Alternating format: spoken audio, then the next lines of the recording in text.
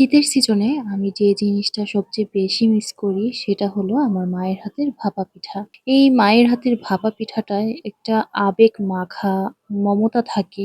মানে একটা ভালোবাসা কাজ করে এই ভাপা পিঠাতে, যেটা কিনা অন্য কারো বানানো ভাপা পিঠাতে আমি পাই না। আর পাবো কিনা কখনো সেটা জানিও না। কারণ আমার কাছে আমার মায়ের হাতের ভাপা পিঠাটাই বেস্ট লাগে। আসসালামু আলাইকুম এভরিওয়ান, সবাই কেমন আছেন? আশা করছি সবাই ভালো আছেন।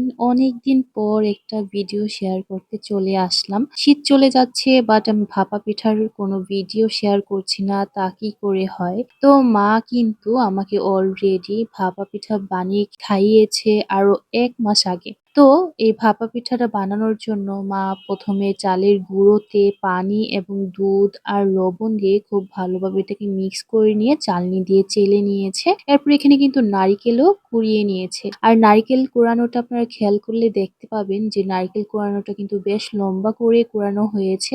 এতে কিন্তু ভাপা পিঠাটা দেখতে যেমন সুন্দর লাগে আর খেতেও ভালো লাগে। তো মা সে আদিকাল থেকেই এভাবে, আদিকাল থেকে না, আসলে সে ছোটকাল থেকেই আমরা দেখি যে এই পিতলের এই বাটিটাতে মা ভাপা পিঠা বানায় আর এই কলসিতে করে। তো মাকে বললাম, "মা, পিতলের এই বাটিটাতে একটু ভাপা পিঠাটা একটু বড় সাইজের হয়।" এটা ১ম ভাপা পিঠা ছিল। তারপরেও মাশাআল্লাহ খুবই সুন্দর হয়েছে। আর ভাপা পিঠাগুলো ক্যামেরাতে দেখতে যতটা বড় দেখাচ্ছে আসলে কিন্তু ততটাও বড় ছিল না। মানে সাইজটা ঠিক ছিল। পরে মা একটু ছোট সাইজের ভাপা পিঠা বানানোর জন্য এই বাটিটাতে করে পিঠা বানালো। এই বাটিটাতে করে কিন্তু সুন্দর, মানে মিডিয়াম সাইজ হয়েছিল। ছোটই হয়েছিল আরকি। আর ছোট, ছোট ভাপা পিঠা কিন্তু দেখতে অনেকটাই কিউট লাগে। তো দেখুন জাস্ট, যে গরম, গরম ধোঁয়া ওঠা ভাপা পিঠা। আর মায়ের হাতের ভাপা পিঠা আমার কাছে ভালো লাগে, সেটার কারণ হলো মায়ের হাতের যে উপরের এই চালের গুঁড়োর যে ইটা আছে না, এটা খুবই সফট হয়, যেটা কিনা অন্য কারো কাছে আমি এটা পাই নাই।